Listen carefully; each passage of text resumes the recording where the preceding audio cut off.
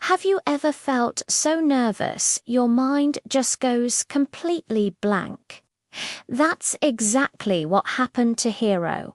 He'd just moved to New York City a week ago, and even though he'd studied English in school for years, talking to real people was a whole new challenge. Today, Hiro set a goal for himself. He called it the coffee shop test. The mission: order a specific coffee at a busy cafe, all without peeking at his dictionary. He pushed open the door and a wave of noise hit him. Loud music, hissing coffee machines, and people talking a mile a minute. Hiro got in line, repeating his order over and over in his head. "I would like a medium caramel latte, please. I would like a medium caramel latte, please." Finally, it was his turn. A friendly barista looked at him. "Hi there, what can I get for you?"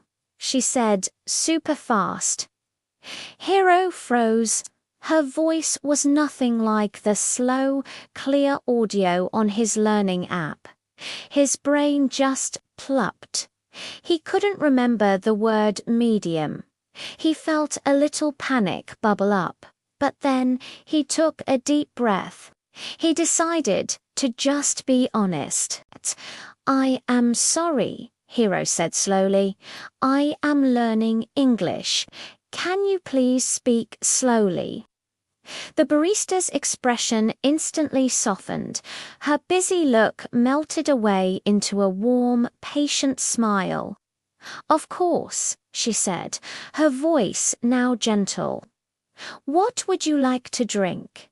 "I would like a medium caramel latte," Hiro managed to say.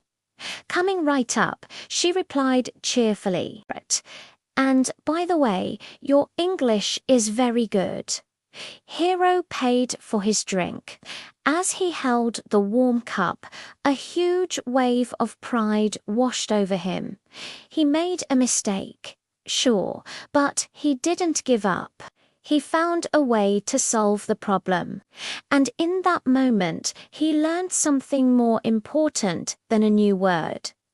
People are usually kind and willing to help as long as you have the courage to try. It was a small victory, but it felt like a giant leap forward. Now, let us learn some useful words from Hiro's story that you can use in your own English conversations.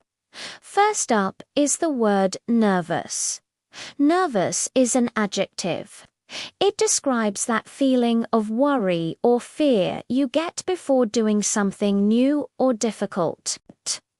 Like in the story, Hiro was nervous about ordering coffee. Another example is, "I was nervous before my big test." Think about a time you felt nervous. It's a totally normal feeling. Next, we have the verb to order. To order means to ask for food or drink in a place like a restaurant or a cafe. Hiro's goal was to order a caramel latte. You might hear someone at a restaurant ask, "Are you ready to order your dinner?" It's a key word for any food-related situation. The third word is counter. A counter is a noun. It's that long, flat surface in a shop where you do business. In the story, Hiro walked up to the counter to speak with the barista. At a grocery store, you please pay for your items at the counter. Our fourth word is patient. Patient is an adjective, and it's a wonderful quality to have. It means being able to wait calmly without getting upset or angry. The barista was patient with Hiro when he was struggling. A great example is the teacher was patient with the student who needed extra help.